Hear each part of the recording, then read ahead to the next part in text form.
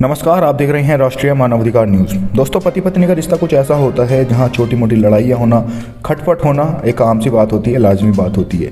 हमारे भारतीय समाज में एक कहावत भी बहुत मशहूर है कि जहां दो बर्तन होते हैं वो बजते ज़रूर हैं। तो पति पत्नी का रिश्ता भी कुछ ऐसा ही होता है। दोनों साथ में रहते हैं, लड़ते हैं, झगड़ते हैं, लेकिन फिर भी अंततः वो साथ में ही रहते हैं। लेकिन जब ये रिश्ता एक हिंसात्मक रूप ले ले तो शायद इस रिश्ते से बाहर निकल जाना ही बेहतर होता है। लेकिन आज हम बात करने वाले हैं कि ऐसी महिला की जो चाहते हुए भी इस रिश्ते से मुंह नहीं मोड़ सकती।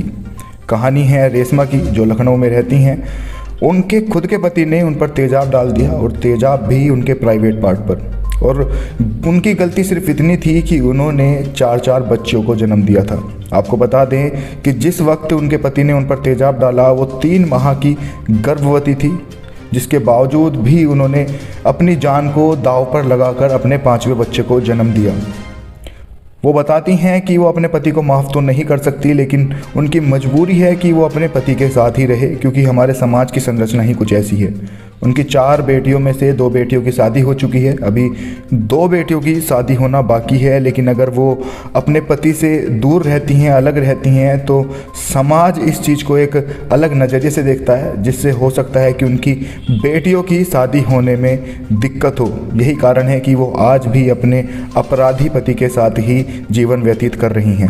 आपको बता दें कि रेशमा अपने लालन पालन के लिए अपने पति पर आश्रित नहीं है। वो शहर के ही एक रेस्तरों में काम करती है, जिस रेस्तरों को उनके जैसी ही बेसहारा औरतें चलाती हैं।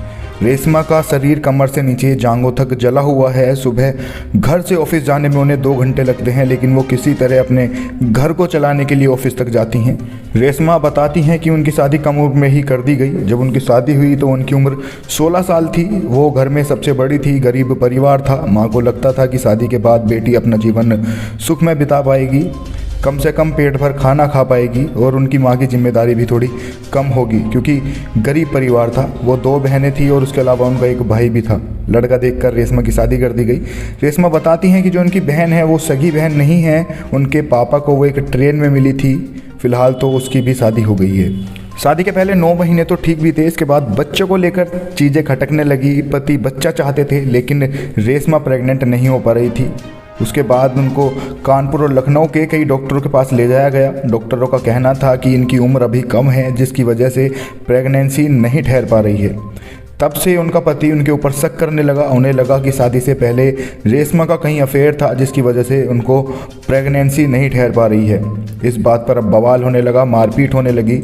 जब मारपीट ज़्यादा बढ़ गई तो रेशमा अपने मायके वापस चली आई।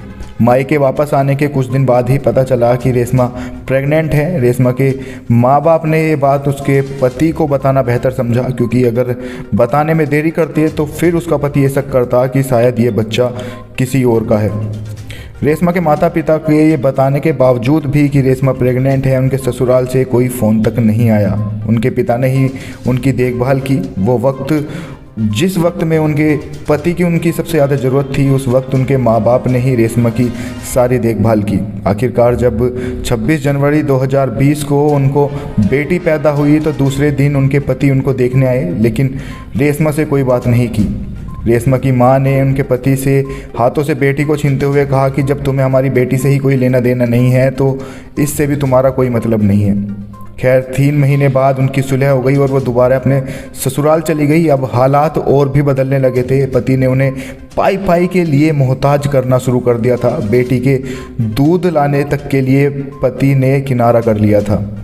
पति ने काम करना बंद कर दिया था, जिसके लिए भी सास ससुर से रेशमा को ही खरी खोटी सुननी पड़ती थी। घर में सब खाना खा लेने के बाद जो खाना बच जाता था उसे रेशमा खाती थी। समय ऐसे ही धीरे धीरे कलह में बीतता गया। 1 साल बाद तंग होकर फिर से वो अपने मायके चली गई, और उस समय वो दोबारा प्रेग्नेंट हुई। इस दफ़ा भी उनको बेटी ही हुई थी। अब रेशमा की माँ ने रेशमा को सलाह दी कि वो अपने पति से तलाक ले ले। उस समय वो अपने मायके में ही रह रही थी। उधर रेशमा के पति ने लखनऊ की एक सिविल कोर्ट में अर्जी लगा दी थी कि उनकी पत्नी घर वापस नहीं आ रही है। अब रेशमा अपनी दोनों छोटी छोटी बेटियों को गोद में लेकर केस के सिलसिले में कानपुर से लखनऊ जाया करती। जाने से 1 दिन पहले तैयारी करती, सुबह सुबह कानपुर से लखनऊ के लिए निकलती, फिर देर रात तक घर भी वापस आना होता, और इस वक्त उनके माता पिता उनके साथ ही होते। कई महीने ऐसे ही चलते रहे। रेशमा जिंदगी से अब तंग आ चुकी थी। एक दिन गुस्से में आकर उन्होंने अपनी बेटी को खूब पीटा। जब रेशमा के पिता ने ये देखा तो गुस्से में आकर रेशमा के पिता का भी रेशमा पर हाथ छूट गया। और अब रेशमा की हालत ऐसी हो चुकी थी कि उनसे अपने माँ बाप की हालत देखी नहीं जा रही थी। घर में तनाव बढ़ता जा रहा था। वो गुस्से में आके अपने बच्चों को ही पीटने लगी थी। अब जाकर उन्हें लगा कि उनका ससुराल जाना ही बेहतर होगा। आखिरकार रेशमा फिर एक बार अपने ससुराल गई। अब उनके साथ उनके ससुराल में पहले से भी ज़्यादा बुरा व्यवहार होने लगा, लेकिन किसी तरह उन्होंने वक्त को धक्का देकर दोबारा ज़िंदगी बिताना शुरू किया। एक बार फिर तीसरी दफ़ा वो प्रेग्नेंट हुई। उधर दूसरी तरफ उनके ससुर की हालत भी ख़राब होना शुरू हुई। एक ससुराल में ससुर ही ऐसे व्यक्ति थे जो उनके साथ अच्छा व्यवहार करते थे, लेकिन अब उनकी मौत हो गई थी। हालात अब और भी ज़्यादा मुश्किल हो गए थे। तीसरी दफ़ा भी रेशमा को लड़की ही हुई थी। हालांकि पति ने तीनों बेटियों का एडमिशन स्कूल में कराया था, लेकिन रोज़मर्रा के खर्च के लिए पैसे नहीं देता था। कॉपी पेंसिल हो या रबड़ खरीदना हो, स्कूल की फ़ीस भरनी हो या फिर कोई कॉपी लेनी हो, किताब लेनी हो, किसी भी तरीके का खर्चा वो उन्हें नहीं देता था। हार मानकर रेशमा ने खुद कपड़े सिलाई करने का काम शुरू किया और लोगों को भी उनके सिले हुए कपड़े पसंद आने लगे, जिससे कि उनका घर का खर्च चलना शुरू हो गया। वो अपनी रोज़मर्रा की जो दैनिक दिनचर्या थी उसके लिए खर्च के लिए पैसे कमाने लगी। अब चौथी बार वो प्रेग्नेंट हुई। जब वो अस्पताल में भर्ती हुई तो उनकी तबीयत ख़राब होने लगी, उनकी सांसें उखड़ने लगी, जिसको देखकर उनका पति अस्पताल छोड़कर भाग गया। डॉक्टर ने कहा कि तुम्हारा पति भाग गया है, और उनकी बिगड़ी हालत देखकर डॉक्टर भी वहाँ पर घबरा गए। रेशमा ने डॉक्टरों से मिन्नत की कि किसी तरह उन्हें बचा लें। अब जब रेशमा 5वीं बार प्रेग्नेंट हुई तो उनके पति ने उनसे कहा कि तुम्हें इस बार अल्ट्रासाउंड कराना पड़ेगा, और अगर तुम्हारे पेट में बेटी है तो अबॉर्शन कराना पड़ेगा।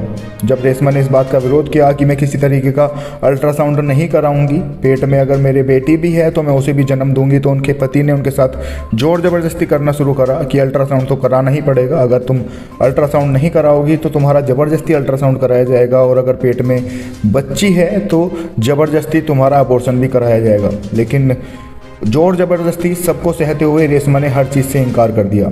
एक दिन जब शाम को रेशमा घर में सब्जी काट रही थी तो उनका पति उनके पास आता है, उनका हाथ पकड़ता है, जिसके बाद एक बोतल में से कोई लिक्विड उनके ऊपर फेंकता है। उनके प्राइवेट पार्ट पर एक लिक्विड फेंकता है जो कि तेजाब था।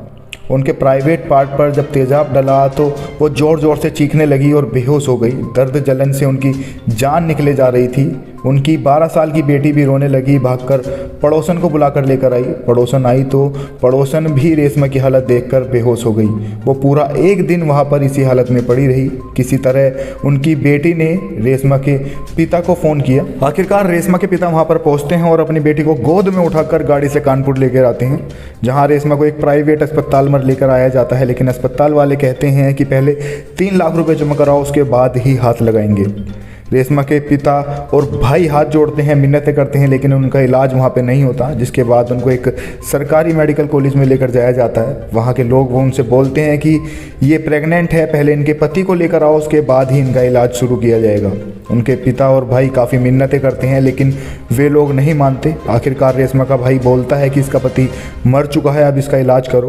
अब तक रेशमा के शरीर में पस पड़ चुका था, उनका खून निकल रहा था। आखिरकार रेशमा का इलाज शुरू होता है, जब तक वहाँ पर मीडिया भी आ चुकी थी। उसके भाई ने ही इस मीडिया को बुलाया था।